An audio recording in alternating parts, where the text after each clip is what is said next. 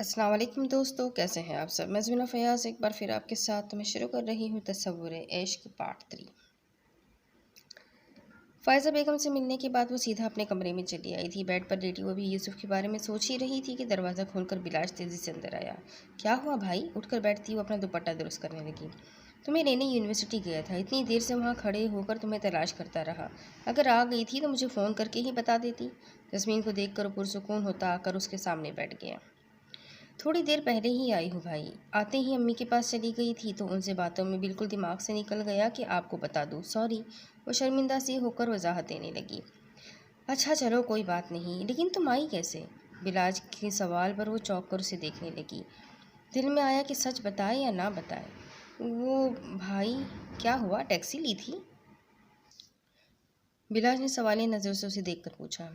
وہ بھائی مجھے یوسف چھوڑ کر گیا ہے، ڈرتے ڈرتے وہ سچ بول گئی۔ کچھ بھی چھپا کر وہ بلاج کا اعتبار نہیں کھونا چاہتی تھی۔ جسمین ٹیکسی سے آ جاتی۔ بلاج ایک دم سنجیدہ ہوا۔ اب اس کے چہرے پر فکر مندی کی جگہ سنجیدگی نے لے لی تھی۔ جسمین اسے دیکھتی رہ گئی۔ میں ٹیکسی سے ہی آ رہی تھی، پر یوسف نے کہا غیر پر بھروسہ کرنے کے بجائے اسٹوڈنٹ پر کر لو۔ وہ نظر جھکائے بولی۔ اب اس سے اپنے فیصلے پر افسوس ہو رہا تھا کہ کیوں وہ یوسف کے ساتھ آئی۔ جسمین جب تم ٹیکسی سے آؤ گی تو کسی میں اتنی ہمت نہیں ہوگی کہ وہ تم پر باتیں بنائے، لیکن جب تم یوں کسی کے ساتھ بائک پر آؤ گی، بھلے وہ تمہارا اسٹوڈنٹ ہی کیوں نہ ہو، لوگوں کو موقع مل جائے گا تم پر طرح طرح کی باتیں کرنے کا۔ مجھے تم پر اعتبار ہے لیکن کسی کو باتیں بنانے کا موقع ملے یہ میں نہیں چاہتا۔ بلاج کی بات پر اب کہ اس نے نظروں کے ساتھ ساتھ سر بھی شرم سے جھکا دیا تھا۔ میں آگے سے خیال رکھوں گی بھائی، وہ محض اتنا ہی بول سکی۔ چلو تم آرام کرو، میں بھی اپنے کمرے میں جاتا ہوں۔ جسمین کے سر پر پیار سے ہاتھ پھیرتا ہوا بلاج اٹھ کر کمرے سے باہر نکل گیا۔ اس کے جاتے ہی بیڈ پر بیٹھی جسمین کا ضبط جواب دے گیا تھا۔ گھٹنوں میں سر دیے وہ خود کو آنسو بہانے سے روک نہ سکی۔ یوسف، یہ دوائی ختم ہو گئی ہے، لے آنا۔ سیاہ آسمان تلے وہ دونوں صحن میں بچھی چارپائی پر بیٹھے تھے جب حیدر صاحب نے یوسف کو مخاطب کیا، جو ان کے برابر میں لیٹا غائب دماغی سے آسمان کو تک رہا تھا۔ یوسف، تم سے کہہ رہا ہوں، جواب نہ پا کر انہوں نے پھر سے اسے پکارا۔ یوسف! جی ابو، آپ نے کچھ کہا؟ اس نے چونک کر حیدر صاحب کو دیکھا۔ ہاں، یہ دوائی ختم ہو گئی ہے، لے آنا، حیدر صاحب بغور سے دیکھتے ہوئے بولے۔ جی کل لے آؤں گا۔ اس بات میں سر ہلاتا ہوا اپنی سابقہ حالت میں پھر سے لیٹ گیا۔ کیا بات ہے یوسف، کچھ پریشان ہو؟ حیدر صاحب کے سوال پر اس نے چہرہ موڑ کر انہیں دیکھا، جو ذرا سی دیر میں ہی اس کی پریشانی کو بھاپ گئے تھے۔ ابو، جو نصیب میں نہیں اسے ذہن سے کیسے نکالوں؟ اس نے کہتے ہوئے چہرہ موڑ کر واپس آسمان کی طرف دیکھا۔ اوپر موجود تاروں کو تکتا وہ ان میں کسی کے عکس کو تلاش کر رہا تھا۔ تمہیں کیسے پتا نصیب میں نہیں؟ کیا تم نے اپنی طرف سے پوری کوشش کی ہے؟ حیدر صاحب نے سوالیہ نظروں سے اسے دیکھا، جبکہ یوسف اب کے اٹھ کر بیٹھا پوری طرح سے ان کی طرف متوجہ ہو چکا تھا۔ میں کوشش کیسے کروں جبکہ مجھے پتا ہے وہ چیز میرے نصیب میں نہیں؟ کوشش کرنے کے بجائے یہ سوچ لینا کہ نصیب میں نہیں، یہ تو بے وقوفی ہے۔ یوسف کی بات پر مسکرا کر بولے۔ وہ الجھ کر حیدر صاحب کو دیکھنے لگا۔ مطلب؟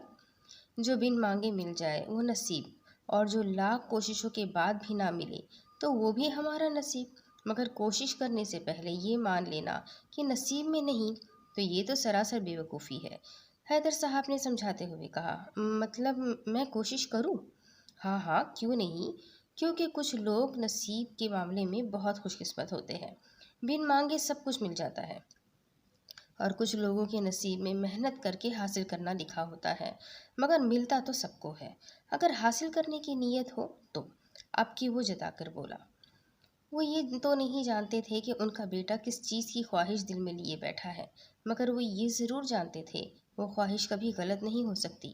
آخر اپنی اولاد کے بارے میں ماں باپ سے بہتر کون جان سکتا ہے؟ اور اگر محنت کر کے بھی نصیب میں حاصل کرنا نہ لکھا ہوا تو؟ کہتے ہوئے اس نے اپنا سر حیدر صاحب کے گھٹنے پر رکھ دیا۔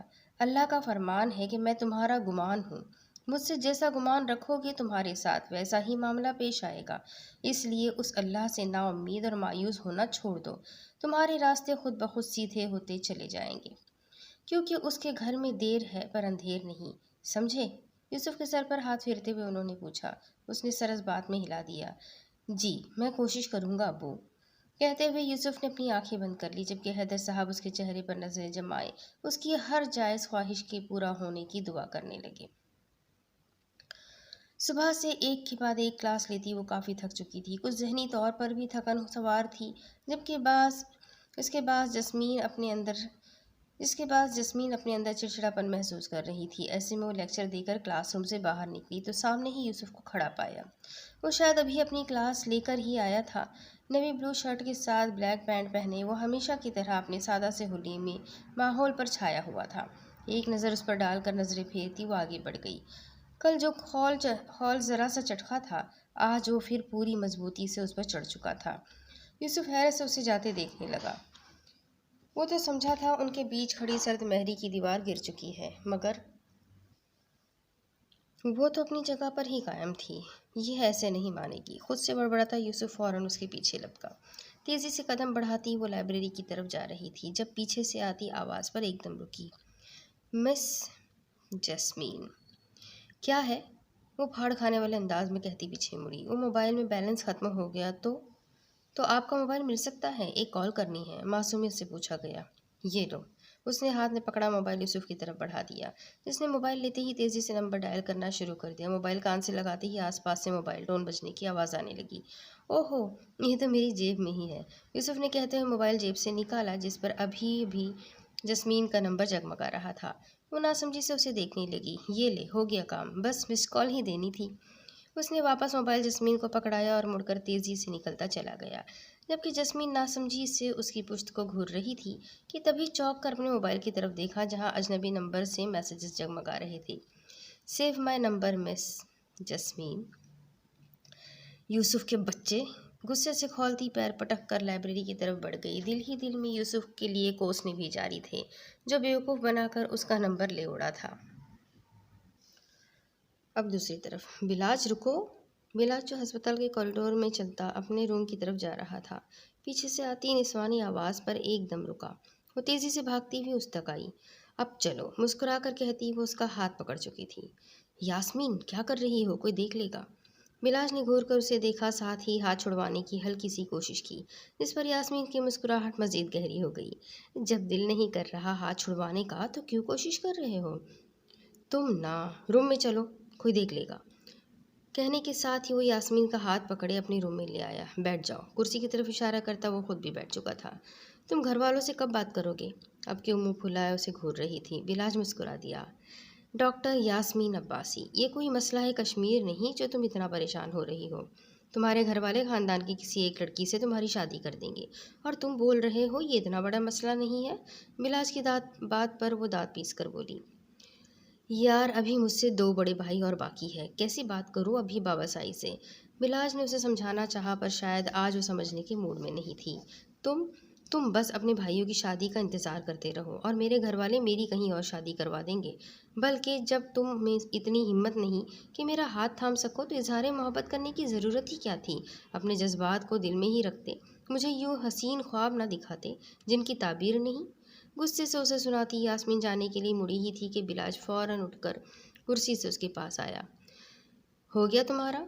شانوں سے تھام کر وہ اس کی آنکھوں میں جھانکتا ہوا پوچھ رہا تھا۔ یاسمین نے نظریں نیچے جھکا لی۔ 3 سال سے اس ہسپتال میں ڈاکٹر ہوں۔ 3 سال سے تم مجھے جانتی ہو۔ اگر ہمت نہ ہوتی تمہارا ہاتھ تھامنے کی تو کبھی تم سے اظہار نہیں کرتا۔ ہم میچور انسان ہیں، ٹین ایجرز کی طرح بیہیو مت کرو۔ لیکن اگر تمہارے بابا سائی نہیں مانے تو؟ یاسمین نے اپنا خدشہ ظاہر کیا۔ ایک مرد صرف اپنے سے جڑی عورتوں کی وجہ سے مجبور ہوتا ہے۔ میری ماں، میری بہن کو کوئی اعتراض نہیں۔ تم سے اظہار کرنے سے پہلے ہی میں نے ان کو تمہارے بارے میں بتا دیا تھا۔ باقی بابا سائی کی فکر تم مت کرو، وہ نہ بھی مانے تو بھی میں شادی تم سے ہی کروں گا، سمجھی؟ بلاج کی بات پر اس نے اس بات میں سر ہلا دیا۔ 3 سال سے وہ دونوں ایک ساتھ تھے، ایک تعلق میں تھے، پر اب اس تعلق کو وہ نام دینا چاہتی تھی، ایک مقام دینا چاہتی تھی، لیکن وہ نہیں جانتی تھی کچھ خوابوں کی تعبیر نہیں ہوتی، کچھ رشتوں کا مقام نہیں ہوتا، کچھ رشتے بے نام ہی رہتے ہیں، بے مقام ہی رہتے ہیں۔ وہ تینوں اس وقت جنید کے گھر پر موجود تھے، جو ماں کے سامنے چارپائی پر بیٹھا ان کی جھڑکیاں سن رہا تھا، ساتھ ہی ایک قہر آلود نظر ان تینوں پر ڈالتا جن کے دانت اندر جانے کا نام ہی نہیں لے رہے تھے۔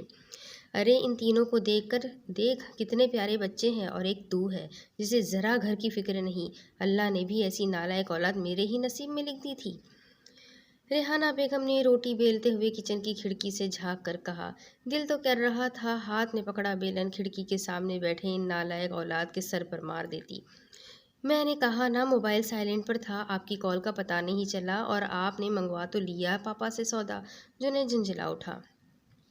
ویسے دن بھر اس منہ موبائل سے چمٹا رہتا ہے، تب تجھے بڑا پتہ ہوتا ہے کس کا فون کس کا میسج، لیکن گھر سے جب کوئی فون کرے تو تیرے اس موبائل کو موت پڑ جاتی ہے۔ کھا جانے والی نظروں سے جنید کو گھورتے ہوئے روٹی اٹھا کر اس کے سامنے لا کر رکھی۔ ان دونوں ماں بیٹے سے بے نیاز وہ تینوں سامنے کھانا دیکھ کر فوراً ٹوٹ پڑے۔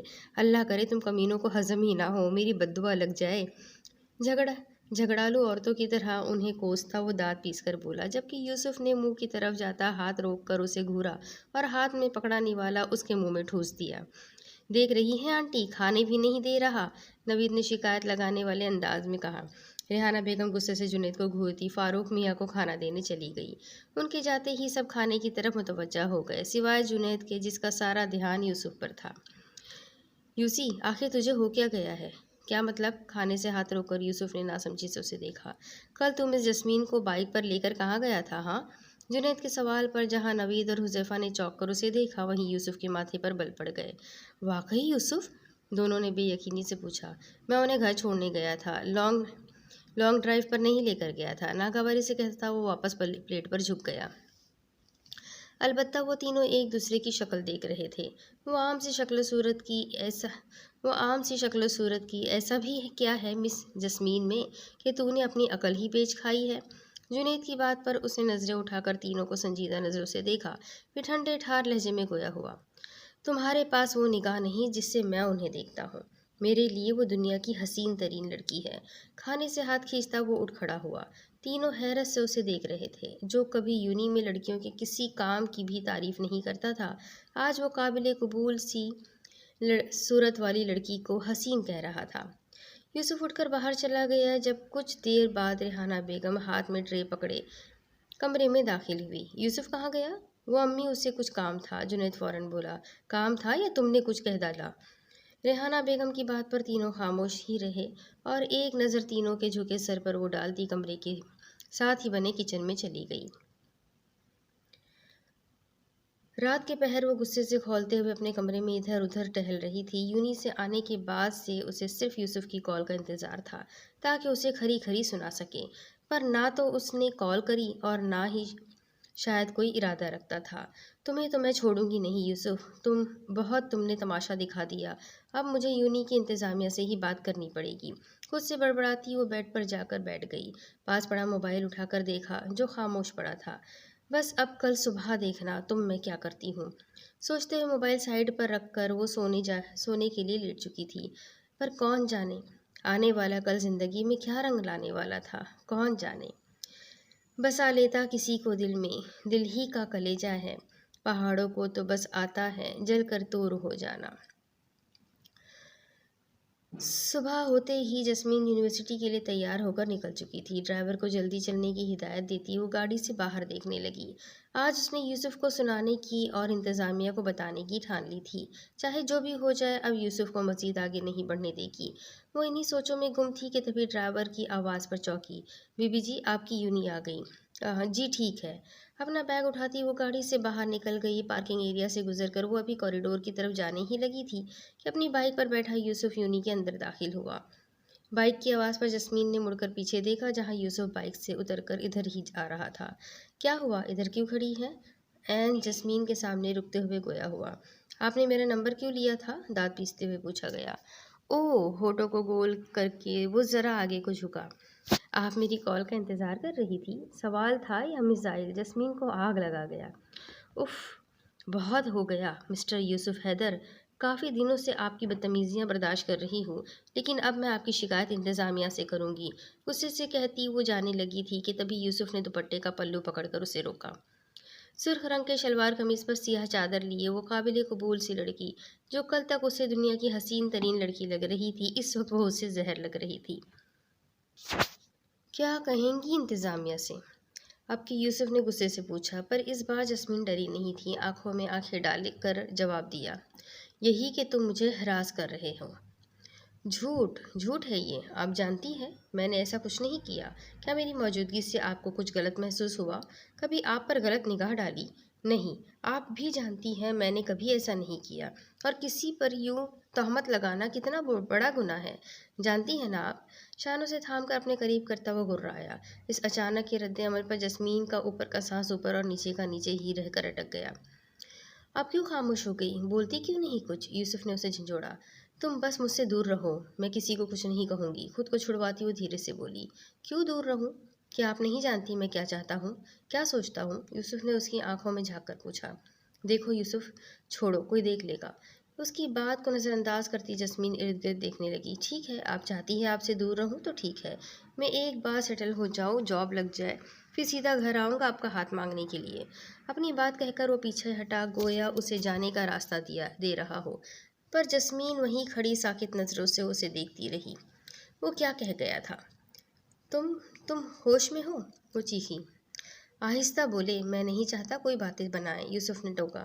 کیوں آہستہ بولوں؟ تم جانتے بھی ہو تم کیا کہہ رہے ہو، جسمین بے بسی سے بولی۔ وہ کیا سوچ کر آئی تھی اور کیا ہو رہا تھا؟ اسے لگا تھا اس کی دھمکی پر یوسف پیچھے ہٹ جائے گا، پر وہ تو سامنے ڈٹ کر کھڑا تھا۔ میں اچھی طرح جانتا ہوں کہ میں کیا کہہ رہا ہوں، یوسف نے جتاتی نظروں سے اسے دیکھا۔ دیکھو، تم ایسا کچھ نہیں کرو گے، جسمین نے نرم لہجہ اختیار کرتے ہوئے اسے سمجھانا چاہا۔ میں ان بے غیرت مردوں میں سے نہیں جو اپنی محبت کو کسی کے لیے چھوڑ دوں۔ آپ کو میری زندگی میں ہی آنا ہے۔ اگر جسمین کی جگہ کوئی اور لڑکی ہوتی تو اس اظہار محبت پر خوشی سے جھوم اٹھتی۔ آخر یونی کی کون سی ایسی لڑکی تھی جو اس حسین و جمیل مرد کے منہ سے اظہار محبت نہ سننا چاہتی تھی؟ پر مقابل جسمین تھی جو خوف سے لرز رہی تھی۔ یوسف، تم بس مجھے کچھ نہیں سننا، آخر ہے ہی کیا میرے پاس، ایک بیمار باپ اور ایک آپ، اس لیے چھوڑنے کی بات مت کریے گا۔ جسمین کی بات کاٹ کر کہتا وہ لمبے لمبے ڈگ بھرتا نکل گیا، جبکہ وہ وہیں ساکت کھڑی اسے جاتے دیکھ رہی تھی۔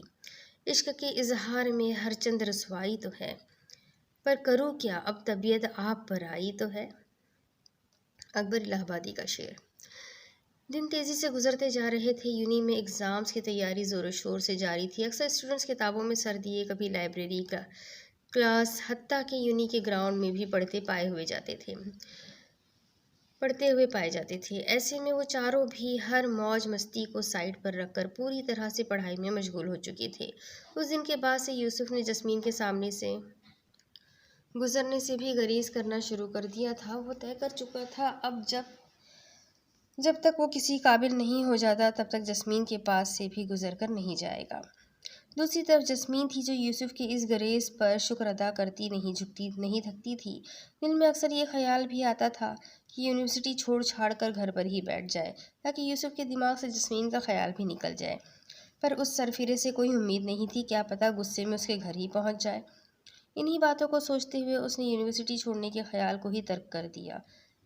اسے یقین تھا کہ یوسف وقتی کشش کا شکار جو وقت گزرنے کے ساتھ ختم ہو جائے گا، پر کون جانے یہ وقتی کشش کس قدر شدت اختیار کر جائے گی۔ وہ کمرے میں بیٹھا یونی جانے کی تیاری کر رہا تھا۔ آج اس کا تیسرا پیپر تھا، جس کے لیے وہ جلدی تیار ہو کر اپنا بیگ اٹھاتے ہوئے حیدر صاحب کے کمرے میں چلا آیا۔ آنکھیں بند کرے وہ بیڈ پر لیٹا تھا۔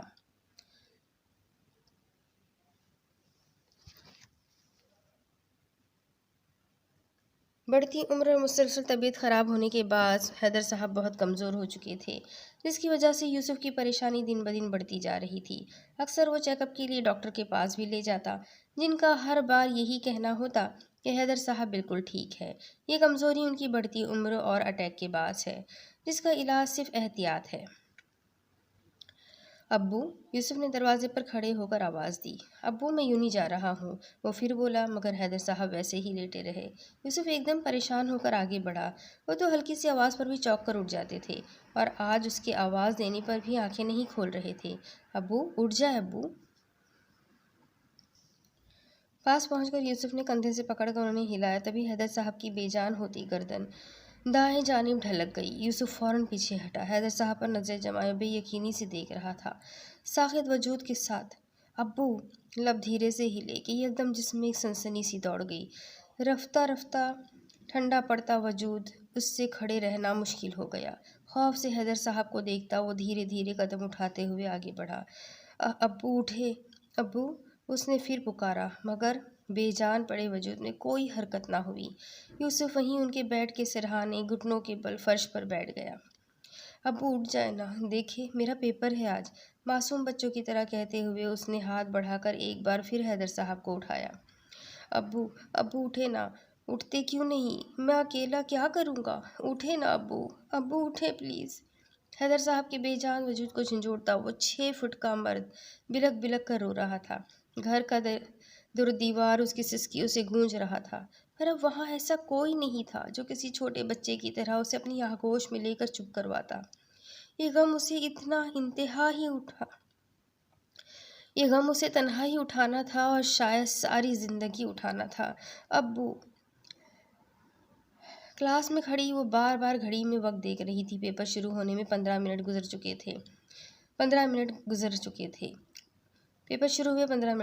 تھے۔ کلاس روم میں سبھی اسٹوڈنٹ موجود تھے سوائے یوسف کے، جو اب تک وہاں نہیں پہنچا تھا۔ حد ہے لاپرواہی کی، پیپر شروع ہوئے 15 منٹ سے اوپر ہو گئے اور جناب اب تک نہیں آئے۔ جسمین بڑبڑائی، نگاہیں بار بار دروازے کی طرف اٹھتی، پھر خود ہی مایوسی سے جھک جاتی۔ عجیب بے چینی ہو رہی تھی۔ یوسف اپنی پڑھائی کو لے کر اتنا غیر ذمہ دار تو ہرگز نہ تھا۔ بے وجہ تو وہ کبھی چھٹی نہیں کرتا تھا، پھر آج کیوں؟ وہ انہی سوچوں میں گم تھی جب نوید کی آواز پر چونک اٹھی۔ مس جسمین، ابھی تک یوسف نہیں آیا، ایک کال کر لوں؟ نوید نے اجازت چاہی۔ پریشانی اس کے چہرے سے ہی عیاں ہو رہی تھی۔ ٹھیک ہے، کلاس کے باہر جائے۔ پیپر کے بیچ سے اٹھ کر جانے کی اجازت تو نہ تھی، پر پھر بھی جسمین نے دے دی۔ اس کے کہتے ہی نوید اپنی جگہ سے اٹھ کر باہر نکل گیا۔ موبائل کان سے لگائے اور پریشانی سے اپنی پیشانی مسل رہا تھا۔ فون اٹھاؤ یوسی۔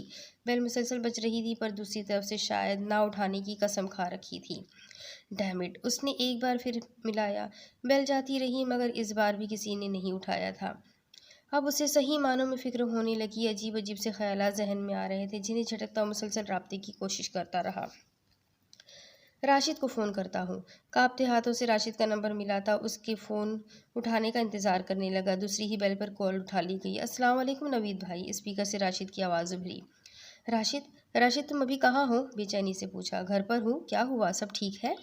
نوید کی پریشانی بھاپتے ہوئے راشد سنجیدگی سے بولا، نہیں، تم ابھی کے ابھی یوسف کے گھر جاؤ اور دیکھ کے سب بتاؤ سب ٹھیک تو ہے۔ ٹھیک ہے، میں جاتا ہوں۔ راشد کے کہنے پر نوید وہیں کھڑا بے چینی سے انتظار کرنے لگا۔ وقت تیزی سے گزر رہا تھا، وہ کبھی گھڑی کو دیکھتا تو کبھی کلاس روم کے دروازے کو۔ نوید بھائی، اسپیکر سے راشد کا بھیگا لہجہ ابھرا، جس نے نوید کے پیروں تلے سے زمین کھینچ لی۔ ایسی کیا بات ہو گئی جو یوسف ابھی تک نہیں آیا؟ جنید نے ذرا سا جھک کر آگے بیٹھے حذیفہ سے کہا، مگر جسمین کی سخت گھوری نے اس کی بولتی بند کر دی۔ مسٹر جنید فاروق، اب آپ کلاس سے باہر ہوں گے۔ سوری مس۔ جنید فوراً اپنے پیپر پر جھک گیا۔ اسے گھور کر جسمین نے مڑ کر دروازے کی طرف دیکھا، جہاں سے نوید اندر آ رہا تھا۔ مسٹر نوید، جلدی اپنی سیٹ پر بیٹھے، جسمین نے اس کے وقت چہرے پر سے نظریں چراتے ہوئے کہا۔ کچھ غلط ہونے کے احساس نے شدت سے سر اٹھایا تھا۔ نوید فوراً اپنی سیٹ کی طرف بڑھا۔ سیٹ پر سے پیپر شیٹ اٹھاتا وہ جسمین کے پاس آیا۔ یہ لیں مس۔ کیا مطلب؟ جسمین نے حیرت سے اپنے سامنے موجود خالی شیٹ کو دیکھا۔ مجھے جانا ہے مس، یوسف کے فادر کی ڈیتھ ہو گئی۔ اپنے آنسوؤں کو ضبط کرتا وہ مشکل بولا۔ اس کی بات پر پیچھے بیٹھے جنید اور حذیفہ بھی ایک دم کھڑے ہو گئے۔ کلاس میں ایک دم سناٹا چھا گیا تھا۔ سب ہاتھ روکے بے یقینی سے نوید کو دیکھ رہے تھے۔ نوید فوراً کلاس سے باہر نکل گیا۔ اس کے جاتے ہی جنید اور حذیفہ بھی مس جسمین کی طرف بڑھے اور اپنی اپنی شیٹ تھما کر وہاں سے نکلتے چلے گئے۔ جسمین چاہ کر بھی نہیں روک سکی انہیں۔ یہ خبر سننے کے بعد اس کی اپنی حالت بھی عجیب ہونے لگی تھی۔ یوسف بھائی، سنبھالے خود کو، ایسے تو مت روئے۔ راشد خود بھی رو رہا تھا، ساتھ ہی یوسف کو سنبھالنے کی کوشش بھی کر رہا تھا، جس کا رونا تھم ہی نہیں رہا تھا۔ آخر تھمتا بھی کیسے؟ یہ وقت تو ہوتا ہی ایسا ہے کہ میت کو دیکھ کر دشمن کے بھی آنسو نکل آتے ہیں، پھر تو وہ اس کا باپ تھا۔ بیٹا صبر کرو، ہم سب نے ہی ایک دن جانا ہوتا ہے، یہی تو دنیا کا قانون ہے۔ راشد کے ابو نے اس کے کندھے پر ہاتھ رکھا۔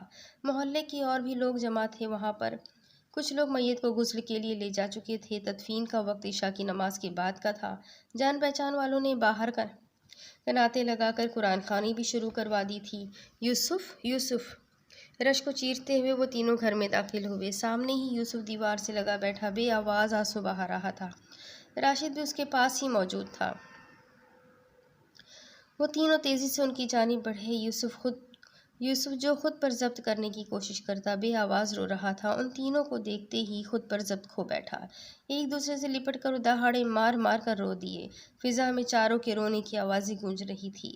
ہر آنکھ ان کو روتا دیکھ کر خود بھی نم ہو چکی تھی۔ موت کی باہوں میں سو جاتے ہیں اچھے لوگ، بہت جلد کھو جاتے ہیں۔ وہ تھوڑی دیر پہلے ہی ہسپتال سے واپس لوٹا تھا اور سب کے ساتھ کھانا کھانے کے بعد اپنے کمرے میں چلا آیا۔ ابھی وہ بیڈ پر بیٹھا سامنے لگی LED پر کوئی پروگرام دیکھ رہا تھا جب جسمین ہاتھ میں چائے کا کپ لیے کمرے میں آئی۔ بھائی چائے؟ ہاں لے آؤ۔ وہ سیدھا ہو کر بیٹھا۔ جسمین نے آگے بڑھ کر اسے کپ تھما دیا۔ کیا ہوا؟ کچھ پریشان لگ رہی ہو؟ بلاج نے اس کے پریشان چہرے کو دیکھتے ہوئے پوچھا۔ نہیں تو آپ بتائیں کیسا رہا آج کا دن؟ جب سے یوسف کے ابو کی خبر سنی تھی تب سے وہ یوسف کے بارے میں سوچ سوچ کر پریشان ہو رہی تھی، اور اب یہی پریشانی اس کے چہرے سے بھی واضح ہونے لگی تھی، اس لیے جسمین نے باتوں کا رخ بلاج کی طرف موڑ دیا۔ سب ٹھیک ہے، بس یاسمین۔ کیا ہوا یاسمین کو؟ بلاج کی بات ادھوری چھوڑنے پر وہ پوچھ بیٹھی۔ وہ چاہتی ہیں میں بابا سعید سے بات کروں، نظریں اسکرین پر جمائے اس نے سرسری سے انداز میں کہا۔ ہاں تو کر لے، اس میں کون سی بڑی بات ہے؟ وہ کہتے ہوئے اس کے پاس ہی بیٹھ گئی تھی۔ بلاج نے سوالیہ نظروں سے اسے دیکھا۔ یہ تم کہہ رہی ہو؟ اچھے سے پتا ہے ابھی دلاور اور خاور بھائی بھی ہیں، وہ تو پتہ نہیں کب شادی کریں گے۔ بابا سائی نے بھی کہا مگر وہ سنتے ہی نہیں۔ اب کیا ان کی وجہ سے آپ بیٹھے رہیں گے؟ جسمین کے لہجے میں نہ چاہتے ہوئے بھی جھنجھلاہٹ در آئی۔ دلاور اور خاور کی وجہ سے بلاج اپنی زندگی کی خوشیاں بھی حاصل نہیں کر پا رہا تھا، جبکہ دلاور اور خاور جب حرام منہ لگ جائے تو حلال میں کہاں سکون ملتا ہے۔ ان دونوں کا بھی یہی حال ہے، جس کے باعث وہ ہمیشہ شادی سے انکار کر دیتے تھے۔ بھلا ایک کے پابند ہو کر کیسے رہ سکتے تھے؟ تو کیا کروں، اچھا نہیں لگتا نا۔ ان دونوں سے پہلے میں شادی کر لوں، لوگ کیا کہیں گے؟ بڑے بھائیوں کے ہوتے ہوئے چھوٹے نے کر لی۔ چائے کا کپ اسے تھماتے ہوئے بلاج بولا۔ اب لوگ ایسی باتوں پر دھیان نہیں دیتے، یہ تو نصیب کی بات ہے، جس کی جب شادی ہو جائے آپ بابا سائی سے بات کریں، ویسے بھی انہیں منانے میں بھی کافی وقت لگ جائے گا۔ بلاج کو مشورہ دے کر وہ چائے کا کپ اٹھاتی کمرے سے باہر نکل گئی، جبکہ LED کی اسکرین پر نظریں جمائے وہ سوچ میں غرق ہو چکا تھا۔ جہانگیر ملک کا راضی ہو جانا بھی آسان نہیں تھا، وہ بھی تب جب لڑکی عام سے گھرانے سے تعلق رکھتی ہو۔ تھوڑی دیر پہلے ہی وہ سب قبرستان سے واپس لوٹے تھے، ایک ایک کر کے سارے جان پہچان والے اور آس پڑوس کے لوگ اس سے مل کر جا رہے تھے۔ وہ خاموشی سے چارپائی پر بیٹھا ان کی باتوں اور دلاسوں پر اس بات میں سر ہلا رہا تھا۔ اب کہنے کو کچھ بچا ہی کیا تھا؟ قریب ہی بچھے تخت پر وہ تینوں خاموش بیٹھے ویران نظروں سے سب دیکھ رہے تھے۔ کسی کے پاس ایسے کوئی الفاظ نہ تھے جو یوسف کے درد کو کم کر سکتے۔ اپنا خیال رکھنا بیٹا، کچھ بھی چاہیے ہو تو راشد کو بلا لینا، راشد کے ابو نے کہتے ہوئے اس کے سر پر ہاتھ پھیرا۔ وہ بس اس بات میں سر ہلا کر رہ گیا۔ ان کے جانے کے بعد وہ تینوں تخت سے اٹھ کر اس کے پاس چلے آئے۔ یوسف؟ وہ یوں ہی خاموش بیٹھا رہا۔ رونے کے بعد آنکھیں سرخ ہو رہی تھیں، یوں تو اس کی سیاہ خوبصورت آنکھوں میں قدرتی طور پر گلابی ڈوریں کھینچی تھی، مگر اب رونے کی وجہ سے سرخ انگارہ ہو رہی تھی۔ صبر کر، ہم ہیں نا تیرے پاس، نوید اس کے کندھے پر ہاتھ رکھ کر بولا۔ اس سے زیادہ اور کہہ بھی کیا سکتا تھا؟ میں اب کیا کروں؟ سب کچھ ختم ہو گیا یار، کچھ نہیں بچا میرے پاس۔ سانس پھولنے کے بعد وہ اٹک اٹک کر بول رہا تھا۔ شدت جذبات میں اس کا سانس ایسے ہی پھولنے لگا تھا جس کی وجہ سے بولنے میں دقت ہو رہی تھی۔ تم لوگ بتاؤ میں کیا کروں؟ مجھ سے برداشت نہیں ہو رہا یار یہ درد۔ میں ایسا کیا کروں کہ وہ واپس آ جائے، یا میں ہی ان کے پاس چلا جاؤں؟ یوسف! وہ تینوں ایک ساتھ چلائے اور فوراً یوسف سے لپٹ گئے۔ صبر کروں، اب وہ واپس نہیں آ سکتے نہ ہی تم ان کے پاس جا سکتے ہو جب تک اللہ کا بلاوا نہیں آ جاتا، حذیفہ نے اسے گلے سے لگاتے ہوئے کہا۔ پر میں اکیلے کیسے؟ اکیلے نہیں ہو تم، ہم تینوں ہیں تمہارے پاس، سمجھے؟ جنید اس کی بات کاٹتا ہوا بولا کہ تبھی کمرے میں موجود یوسف کے موبائل کی ٹون بجنے کی آواز اس کے کانوں سے ٹکرائی۔ میں لے کر آتا ہوں۔ نوید اٹھ کر کمرے میں چلا گیا، جبکہ وہ دونوں بیٹھے اسے چپ کروانے کی کوشش کرنے لگے۔ بیڈ پر لیٹی وہ بے چینی سے کروٹیں بدل رہی تھی۔ دل تھا کہ کسی طرح بھی سکون میں نہیں آ رہا تھا۔ اسے رہ رہ کر یوسف کا خیال آ رہا تھا۔ بار بار اس کے الفاظ کانوں میں گونج رہے تھے، آخر ہے ہی کیا میرے پاس، ایک بیمار باپ اور ایک آپ۔ پریشان ہوتی وہ اٹھ بیٹھی۔ کیا اور کوئی نہیں اس کے گھر میں؟ اس وقت وہ کیا کر رہا ہوگا؟ سوچتے ہوئے اس نے سائڈ ٹیبل پر سے اپنا موبائل اٹھایا۔ کیا کروں؟ کال کر لوں؟ نہیں، یہ ٹھیک نہیں۔ خود سے بڑبڑاتے ہوئے اس نے ان باکس کھولا جہاں یوسف کا نمبر جگمگا رہا تھا۔ ابھی تک اس نے یوسف کا نمبر سیو نہیں کیا تھا اور نہ ہی سیو کرنے کا وہ ارادہ رکھتی تھی۔ تعزیت ہی تو کرنی ہے، ایک بار فون کر لینے میں کیا حرج ہے؟ گہرا سانس لے کر آخر کار اس نے کال ملا ہی دی۔ بیل جا رہی تھی پر دوسری طرف سے کوئی اٹھا نہیں رہا تھا۔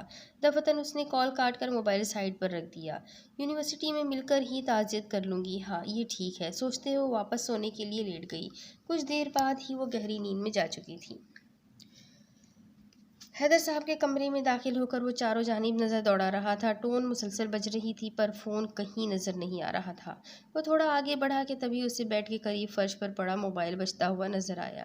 اس سے پہلے وہ آگے بڑھ کر موبائل اٹھاتا کال کٹ گئی تھی۔ یوسف بھی نہ بڑبڑاتے ہوئے اس نے فرش سے موبائل اٹھا کر آن کیا۔ سامنے ہی میں جسمین کا نمبر جگمگا رہا تھا۔ یہ بے یقینی سے موبائل کو گھورتا وہ کئی بار اس نام کو دہرا چکا تھا۔ یار یوسی، یہ کیا کر رہا ہے؟ اس نے پریشانی سے سوچا۔ حذیفہ پہلے ہی جسمین کے گھر والوں کے بارے میں ان دونوں کو بتا چکا تھا۔